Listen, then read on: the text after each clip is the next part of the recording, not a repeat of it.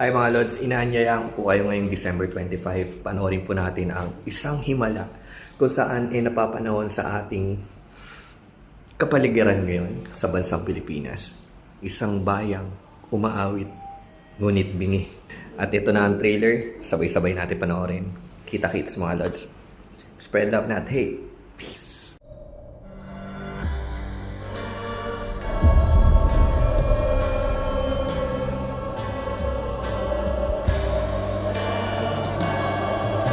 Bakit sa'yo nagpapakita ang Birhen? Bakit hindi sa iba?